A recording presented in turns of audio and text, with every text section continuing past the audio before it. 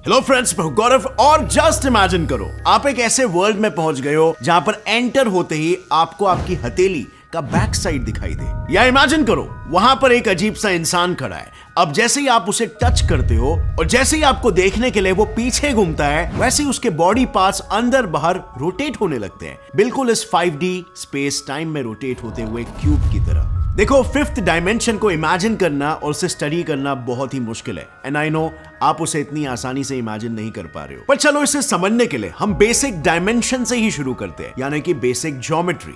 Also, बात है 300 BCE की, जब 2D और 3D शेप्स की बात ग्रीक टाइम के सबसे महान ज्योमेट्रिशियन यूक्लिड ने अपने एक बुक यूक्लिड्स एलिमेंट्स में की थी। और वहां से जो इस कॉन्सेप्ट की शुरुआत हुई थी, अगले 2000 सालों तक ये दुनिया भर में यूज होने वाला था। लेकिन 2000 साल तक इस कॉन्सेप्ट को यूज करने के बाद अचानक से दुनिया ने यूक्लिड के इस डायमेंशन की थियरी से अपना मुंह फेर लिया। आखिर क्यों? यूक्लिड की ज्योमेट्री के अनुसार पॉइंट A को पॉइंट B से स्ट्रेट लाइन में जोड़ने के बाद जो पैथ क्रिएट होगा वो होगा द शॉर्टेस्ट पैथ, और फिर चाहे वो दोनों पॉइंट्स अर्थ पर ही क्यों ना हो। पर जब पहली बार इंसान अपनी शिप्स को लेकर अर्थ के चक्कर लगा रहा था, तब उन्होंने ये देखा कि एक पॉइंट से दूसरे पॉइंट पर जाने के लिए एक स्ट्रेट लाइन सबसे शॉर्टेस्ट पैथ तो है ही नहीं। इसका मतलब यूक्लिड का जो एक्सप्लेनेशन था वो सिर्फ और सिर्फ एक प्लेन सरफेस तक ही एप्लीकेबल था। कर्व्ड सरफेस के लिए हम इसे अप्लाई नहीं कर सकते थे। जैसे इस इमेज में देखो, प्लेन सरफेस के लिए एक स्ट्रेट लाइन ही शॉर्टेस्ट पैथ है, पर कर्व सरफेस के लिए स्ट्रेट लाइन सबसे शॉर्टेस्ट पैथ नहीं है। फिर इस प्रॉब्लम को सॉल्व करने के लिए और कर्व्ड सरफेस के लिए एक नई थियरी इजाद हुई, geodesics, to study shortest path on curved surfaces, जिसके बाद उन्होंने रिसर्च को कंटिन्यूअसली शुरू ही रखा और फाइनली 19th सेंचुरी के एंड में उन्होंने एक नया कॉन्सेप्ट दुनिया के सामने पेश किया, द फोर्थ डायमेंशन। लेकिन फ्रेंड्स, यहां पर आता है एक कैच। साइंटिस्टों के हिसाब से फोर्थ डायमेंशनल स्पेस हो या फिफ्थ डायमेंशनल स्पेस टाइम, हम सिर्फ 3 डायमेंशंस ऑफ स्पेस को ही देख सकते हैं। आखिर क्यों? क्योंकि हम जिस 4D यूनिवर्स का हिस्सा है, हम सिर्फ हमसे लोअर डायमेंशंस को ही देख सकते हैं। फॉर एग्जाम्पल, एक 2D ऑब्जेक्ट है तो ये ऑब्जेक्ट सिर्फ आगे पीछे और लेफ्ट राइट ही देख सकता है। अब अगर इस ऑब्जेक्ट के सामने मैंने एक 3D ऑब्जेक्ट रखा तो ये 2D ऑब्जेक्ट बस उस 3D ऑब्जेक्ट के सिर्फ शैडो यानी कि परछाई को ही देख पाएगा, उसको वो पूरा ऑब्जेक्ट दिखेगा ही नहीं। पर अगर मैं पूरा एंगल ही चेंज कर दूं, अगर मैं थर्ड डायमेंशन ऑब्जेक्ट के पर्सपेक्टिव से इस पूरे सीन को देखूं, तो वो 3D ऑब्जेक्ट 2D वर्ल्ड को भी देख पाएगा और 1D वर्ल्ड को भी देख पाएगा। तो क्या इसका मतलब हम जैसे 3D बीइंग्स कभी भी 4D ऑब्जेक्ट को इमेजिन भी नहीं कर पाएंगे?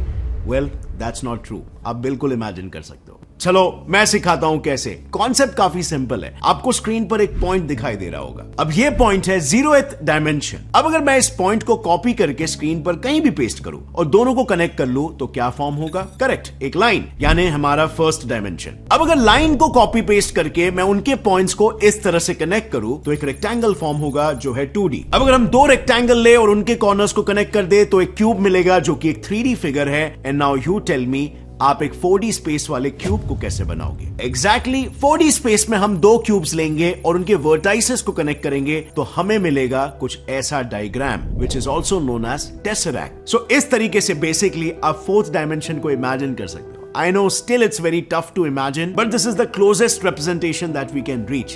Now, सवाल ये है कि इतना कॉम्प्लेक्स स्ट्रक्चर समझने की हमें जरूरत क्या पड़ी है? जरूरत है। जब साइंटिस्ट डार्क मैटर की खोज कर रहे थे, तब उन्हें 5th डायमेंशन का रास्ता मिल गया, और जब 5th डायमेंशन को उन्होंने टटोला, तब उन्हें यह पता चला कि डार्क मैटर तो बस एक नॉर्मल फर्मियन पार्टिकल से बना है, जो ब्रह्मांड के शुरुआती समय में हमारे डायमेंशन से 5th डायमेंशन में जंप कर गया। यस, आज से करीब 100 साल पहले जब विश्व भर में फेमस बिग बैंग थियरी की बात चल रही थी, तब हर साइंटिस्ट के मुंह पर बस एक ही बात थी कि चारों फंडामेंटल फोर्सेस, जो कि strong nuclear force, weak nuclear force, gravity और इलेक्ट्रोमैग्नेटिज्म है, ये सारे बिग बैंग के वक्त एक ही सिंगल फोर्स हुआ करते थे। और अगर देखा भी जाए तो इलेक्ट्रोमैग्नेटिज्म, स्ट्रॉन्ग न्यूक्लियर फोर्स और वीक न्यूक्लियर फोर्स को एक साथ आपस में इमेजिन करना आसान भी था, पर जैसे ही कोई ग्रेविटी को बाकी तीनों से जोड़ने की कोशिश करता, सारे के सारे बड़े महारथी साइंटिस्ट फेल हो जाते, मानो ग्रेविटी और बाकी तीनों के बीच कोई लॉजिकल कनेक्शन ही ना हो। फिर इस प्रॉब्लम को सॉल्व करने के लिए एंट्री होती है आइंस्टाइन की। आइंस्टाइन ने हमारे 4 डायमेंशनल स्पेस टाइम फैब्रिक का सारा खेल समझाने के लिए जब अपनी जनरल थियरी ऑफ रिलेटिविटी दी, तब उन्होंने 2 यूरोपियन फिजिसिस्ट थियोडोर कलूसा और ऑस्कर क्लेन, इनकी मदद ली अपने थियरी को आगे मैथमेटिकली 5th डायमेंशन में बढ़ाने के लिए। और तब उन्होंने जो डिस्कवर किया वो काफी फैसिनेटिंग था।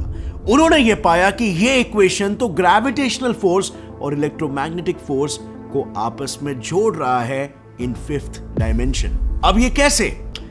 कलूजा-क्लेन की ये जो जॉइंट थियरी थी ना, ये कहती है कि हमारे ऑर्डिनरी पार्टिकल्स जब काफी हाई इंटेंसिटी से आपस में टकराते हैं तो वो कुछ ऐसे पार्टिकल को जन्म देते हैं जो हमारे 4D यूनिवर्स से जंप करके फिफ्थ डायमेंशन में पहुंच जाते हैं। अब ऐसे में इससे पहले मैं आगे बढ़ूं, लेट मी चेक आपका प्रीवियस कॉन्सेप्ट क्लियर हुआ कि नहीं। क्या ये पार्टिकल हम जैसे 3D जीवों को दिखाई देगा कि नहीं? ऑब्वियसली नहीं, पर क्योंकि वो पार्टिकल काफी हाई एनर्जी एब्जॉर्ब करके फिफ्थ डायमेंशन में गया है, वो उस एनर्जी से मास और मास से ग्रेविटी पैदा करते हैं। और यही वजह है कि साइंटिस्टों ने इसे नाम भी दिया ग्रेविटॉन, एक ऐसा पार्टिकल जो ग्रेविटी को इन्फ्लुएंस कर सकता है बट हमारे डायमेंशन में वो दिखाई नहीं देता। लेकिन इस सब में अब तक इलेक्ट्रोमैग्नेटिज्म किधर आया?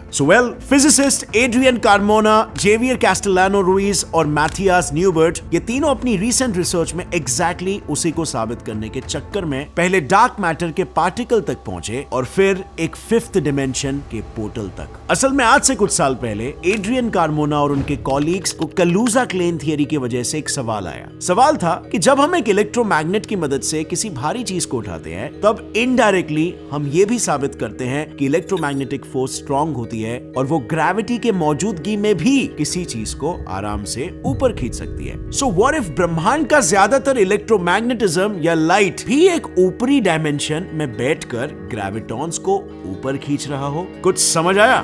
उनके कहने का मतलब है कि हो ना हो ये ग्रेविटॉन ही असल में फिफ्थ डायमेंशन में बैठा ग्रेविटी इन्फ्लुएंसिंग डार्क मैटर है जिसे कभी इलेक्ट्रोमैग्नेटिज्म ने ऊपर हायर डिमेंशन में खींचा था। पर एक सेकेंड, इसे साबित कैसे करोगे?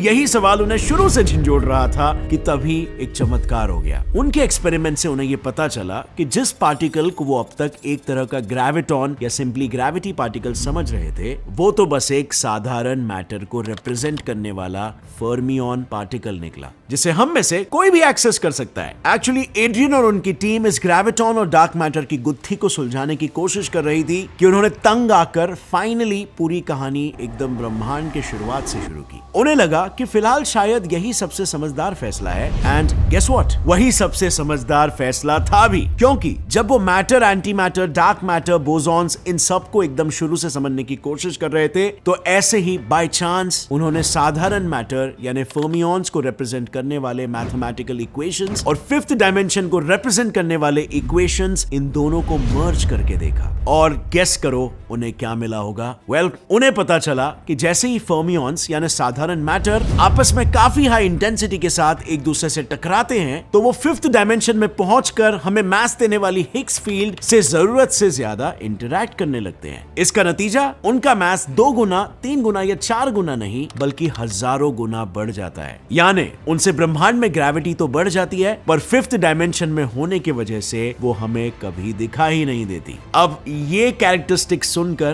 कुछ याद आया? Yes, dark matter. According to the recent research, dark matter असल में बस साधारण मैटर है जो फिफ्थ डायमेंशन में बसा हुआ है, और अगर हम हमारे करंट लार्ज हैड्रॉन कोलाइडर से भी बड़ा पार्टिकल एक्सीलरेटर बना पाए तो 2 साधारण फर्मियंस को हाई इंटेंसिटी से टकराकर उसे एक फिफ्थ डायमेंशनल पोर्टल की तरह भी इस्तेमाल कर सकते हैं। Sounds crazy, right? अब साइंस एक तरफ तो मिथोलॉजी में भी ऐसे कुछ इंटरेस्टिंग फिक्शनल इंटरप्रिटेशंस है। And I am not saying कि रियलिटी है, but thinking from this perspective will also help. Hindu पुराणों के अनुसार स्वर्गलोक, भूलोक और पाताल लोक, इन 3 डायमेंशंस में हमारी रियलिटी एग्जिस्ट करती है, जिसे फिर समय के चौथे डायमेंशन से बढ़कर ब्रह्मा भगवान इस रियलिटी को कंट्रोल करते हैं, और यही वजह है कि यूनिवर्स को संस्कृत में ब्रह्मांड भी कहते हैं, जिस पर फिर आगे फिफ्थ डायमेंशन से विष्णु जी नजर रखते हैं। और इसीलिए पुराणों के अनुसार विष्णु भगवान का काम है ब्रह्मांड के अलग अलग डायमेंशंस के मैटर और एनर्जी के लिए रूल सेट करना। अब आई नो आज के लिए कुछ ज्यादा ही माइथोलॉजिकल हो गया,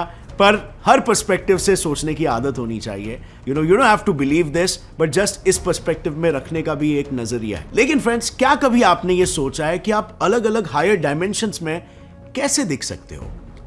इसके ऊपर मैंने डिटेल में ऑलरेडी एक वीडियो बनाया जिसे आप यहां पर क्लिक करके देख सकते हो। और अगर इस वीडियो से आपको कुछ भी नया सीखने मिला, एक लाइक जरूर ठोकना।